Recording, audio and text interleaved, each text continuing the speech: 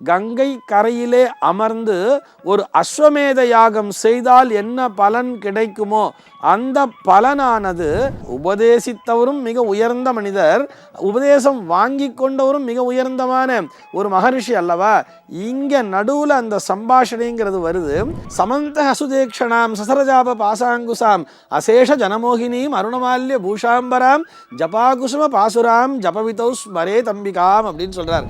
நாங்க ஒரு பாராயண மண்டலியே வச்சுட்டு இருக்கோம். மண்டலியை வச்சுட்டு டெய்லி காலைல 5 தடவை சாயங்காலம் 5 தடவைலாம் நாங்கள் லலிதா சமத்தை பாராயணம் பண்ணிட்டு வரோம். எங்களுக்கெல்லாம் அந்த மாதிரி நன்மையே நடக்கலையேன்னு சொன்ன வாசினி அப்படிங்கிறது அதில் முதல் தேவியினுடைய பெயர். அந்த வாசினி முதலான அஷ்ட வாக்தேவிகளை அழைத்து, இவர்கள் அந்த அஷ்ட வாக்தேவிகளுமே அம்பிகையினுடைய அம்சம்தான், இவர்களை அழைத்து லலிதா சகஸ்ரநாமத்தை படிப்பதால் என்ன பலன் கிடைக்கும் அப்படிங்கிறது தான் பார்க்க போகிறோம். இதை நான் சொல்றதை விட நம்முடைய புராணங்களிலே இதற்கான ஆதாரம் என்பது பிரதானமாகவே கொடுக்கப்பட்டிருக்கிறது. அது என்ன ஆதாரம் சொல்லி பார்த்தோம்னா, பிரம்மாண்ட புராணம்னு ஒரு புராணம் உண்டு. அந்த புராணத்தினுடைய உத்தர காண்டத்திலே 36வது பிரிவாக லலிதோபகன்யா அப்படின்னு சொல்லி ஒரு பகுதி வருகிறது. அந்த பகுதியில் பார்த்தோம்னா ஹயக்ரீவர் அகத்தியருக்கு உபதேசிப்பதாக இந்த லலிதா சகஸ்ரநாமமானது இடம் பிரித்திருக்கிறது. அதாவது ஹயக்ரீவருக்கும் அகத்தியருக்கும் இடையே ஒரு சம்பாஷணை நடப்பதாக அந்த புராணமானது நமக்கு விவரிக்கிறது. ஹயக்ரீவர் ஒரு சாதாரணமான ஒரு மனிதர் அல்லவே. ஹயக்ரீவர்ங்கிறது பெருமாளினுடைய அம்சங்கிறது நமக்கு தெரியும். சரஸ்வதிக்கே குரு அல்லவா ஹயக்ரீவர். ஞானத்தினுடைய முழுமையான ஒரு ஸ்வரூபம் ஹயக்ரீவர். அதே மாதிரி அந்த உபதேசம் வாங்கி கொள்கிற அந்த அகத்தியர் கூட ஒரு சாதாரண மனிதர் அல்லவா. அவர் பார்த்தோம்னா கும்பமுனி என்று அழைக்கப்படக்கூடிய மகா ஞானி. ஆக உபதேசித்தவரும் மிக உயர்ந்த மனிதர், உபதேசம் வாங்கி கொண்டவரும் மிக உயர்ந்தமான ஒரு மகரிஷி அல்லவா. இங்க நடுவுல அந்த சம்பாஷணைங்கிறது வருது. அந்த லலிதா சகஸ்ரநாமத்தை உபதேசித்து விட்டு அதற்கான பல ஸ்ருதி என்னங்கிறத ஹயக்ரீவரே சொன்னாராம். முழுக்க முழுக்க அகத்தியருக்கு சொல்றார். அதுல நிறைய பலன்களை சொல்லியிருக்கிறார்கள். இப்படி அதாவது ஒரு லலிதா சகஸ்ரநாமத்தை ஒரு முறை படித்தாலே இவ்வளவு நன்மைகள் நடக்கும். குறிப்பா பார்த்தோம்னா அதுல என்னென்ன சொல்லியிருக்கான்னு பார்த்தோம்னா, அபமிருத்யு தோஷம் நீங்கும் சொல்றா. அபமிருத்யு தோஷம்னு சொன்னா அகால மரணம் அடைகிறார்கள் அல்லவா. அதாவது ஏதோ ஒரு விபத்தின் மூலமாக அல்லது ஒரு வயதே வராம ஒரு இயற்கையான முறையில் அல்லாமல் அதற்கு மாற்றாக அடையக்கூடிய அந்த மரணமானது தவிர்க்கப்படும்னு சொல்றா.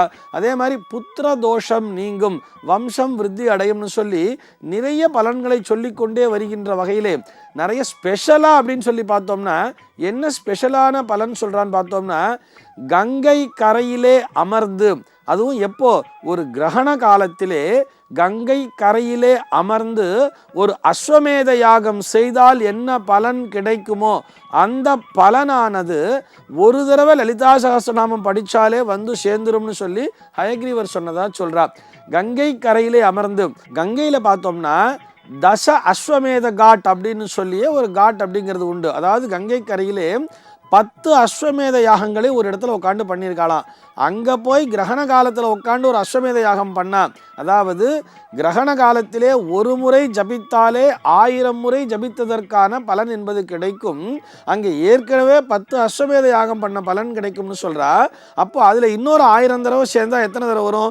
ஒரு 10,000 தடவை ஒரு அஸ்வமேத யாகத்தை செய்தால் என்ன பலன் கிடைக்குமோ அது ஒரு முறை லலிதா சகஸ்ரநாமத்தை சொன்னாலே கிடைத்து விடும்னு சொல்றா.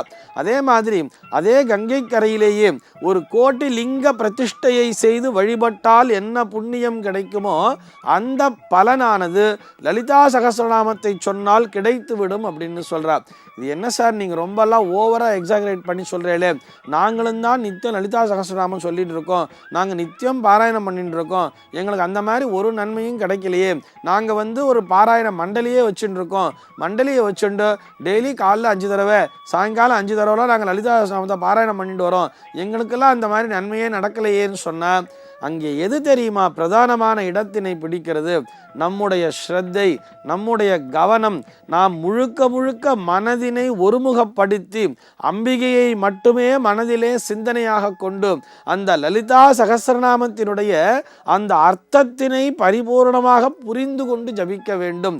இந்த லலிதா சகஸ்ரநாமம் யாரோ ஒரு கவிஞர் இயற்றியது கிடையாது. இதை நாம் நன்றாக நினைவிலே கொள்ள வேண்டும். அந்த ஆதாரத்திலே எப்படி தெரியுமா சொல்லியிருக்கா? அம்பிகையினுடைய ஆணையின்படி, லலிதை அப்படின்னு சொன்னாலே அழகுன்னு அர்த்தம்.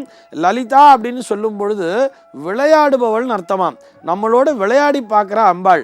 அந்த விளையாடுபவளினுடைய அந்த வர்ணனை தான் முழுக்க முழுக்க லலிதா சகஸ்ரநாமத்தில் எப்படி இருக்குன்னு சொன்னால், அம்பிகையினுடைய மகத்துவம். அந்த ஸ்ரீபுரம்னு சொல்கிறோம் இல்லையா, அந்த ஸ்ரீநகரம்னு சொல்கிறோம் இல்லையா, அந்த நகரத்திலே அவள் எப்படியெல்லாம் ஆட்சி புரிகிறாள், அவர் எப்படி அமர்ந்திருக்கிறாள் அப்படின்னு சொல்லி அவளுடைய வர்ணனையைத்தான் முழுக்க முழுக்க கொடுத்திருப்பார்கள். இதனை நாம் மனதிலே தியானித்து அம்பிகை இப்படியெல்லாம் இருக்கா, அவள் நமக்கு இப்படியெல்லாம் அருள் புரிவாள் என்ற அந்த அர்த்தத்தினை முழுமையாக புரிந்து கொண்டு ஜபிக்க வேண்டும். இதுக்கு தான் இந்த அம்பிகையினுடைய ஆணையின்படிதான் இது உருவாக்கப்பட்டதுனே சொல்றார். இதனை யார் உருவாக்கினார்கள்னு பார்த்தோம்னா அஷ்ட தேவிகள் அப்படின்னு சொல்றா. அஷ்ட வாக் தேவிகள் அப்படின்னே சொல்லுவா. வாசினி அப்படிங்கிறது அதில் முதல் தேவியினுடைய பெயர். அந்த வாசினி முதலான அஷ்ட வாக்தேவிகளை அழைத்து, இவர்கள் அந்த அஷ்ட வாக்தேவிகளுமே அம்பிகையினுடைய அம்சம்தான். இவர்களை அழைத்து நீங்கள் இந்த சகஸ்ரநாமத்தை உருவாக்க வேண்டும் சொல்லி அம்பிகையே ஆணையிட்டாலாம். அதனுடைய ஸ்பெஷாலிட்டி என்ன தெரியுமா? ஒரு இலக்கியம் என்பது படைக்கப்படும் பொழுது அங்கே நிறைய இந்த அளபடைக்காக நிறைய எழுத்துலாம் சேர்ப்பா. இன்னிசை அளபடை, சொல்லிசை அளபடைலாம் நம்ம கேட்டிருக்கோம் இல்லையா? அந்த மாதிரி சமஸ்கிருதத்தில் பார்க்கும் பொழுது ஆ, ஷு, தா அப்படின்லாம் நிறைய வார்த்தைகள்லாம் சேர்ப்பா. இந்த மாதிரிலாம் இல்லாமல் அந்த முழுக்க முழுக்க இலக்கணத்தோடு அது படைக்கப்பட்டது. இந்த மாதிரி எக்ஸ்ட்ராவாக எந்த ஒரு வேர்டுமே இல்லாமல் பரிபூரணமான ஒரு இலக்கண நயத்தோடு ஒரு இலக்கியமாக படைக்கப்பட்டது தான் இந்த லலிதா சகஸ்ரநாமம் என்பது. அதுக்கு தான் முதல்ல அந்த தியான ஸ்லோகம்னு ஒன்று வச்சிருப்பா தெரியுமா? ஆரம்பிக்கும் பொழுதே பார்த்தோம்னா அம்பிகையை மனதிலே தியானித்து சிந்தூராருண விக்கிரகம் அப்படின்னு சொல்லியே முதல் ஸ்டான்ஸா ஆரம்பிக்கும். அந்த ஸ்டான்ஸாவை யார் இயற்றியதுன்னு பார்த்தா இந்த வாசினி முதலான இந்த அஷ்ட வாக் தேவிகள் தான் இயற்றினார்கள் சொல்றார். அதற்கு அடுத்தபடியாக பார்த்தோமேயானால் அருணாம் கருணாம் தரங்கிதாக்ஷிம் அப்படின்னு சொல்லி ஒரு ஸ்டான்ஸ் ஆரம்பிக்கும். இதை யார் இயற்றியதுன்னு சொன்னா தத்தாத்திரேயர் என்பவர் இயற்றியாராம். ஆக அவர்கள் அம்பிகையை மனதிலே தியானிக்கும் பொழுதே இந்த தியான ஸ்லோகத்தை சொல்கிறார்கள்.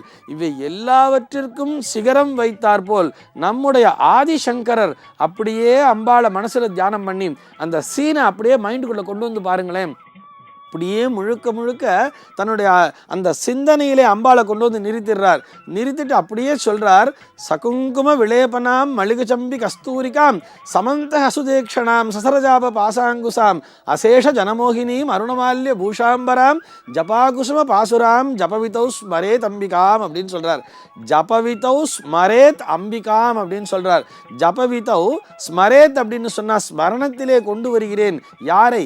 அம்பிகையை அப்படின்னு சொல்லி ஜபவிதௌ ஸ்மரேத் அம்பிகாம்னு சொல்லி ஆதிசங்கரர் அந்த தியான ஸ்லோகத்தினை சொல்லி அதுக்கப்புறம் இந்த சகஸ்ரநாமத்தை சொல்றார். ஸ்ரீமாதா ஸ்ரீ மகாராஜ்ஞி ஸ்ரீமத் சிம்ஹாசனேஸ்வரின்னு சொல்லி இப்படி முழுக்க முழுக்க நாம் மனதிற்குள்ளே அம்பிகையே அப்படியே கொண்டு வந்து இதனை ஒரு முறை பாராயணம் செய்தாலே அந்த பிரம்மாண்ட புராணத்திலே சொல்லி வைத்தார் போல் கண்டிப்பாக நமக்கு அஸ்வமேத யாகம் செய்த பலனானது நிச்சயமாக கிடைக்கும்.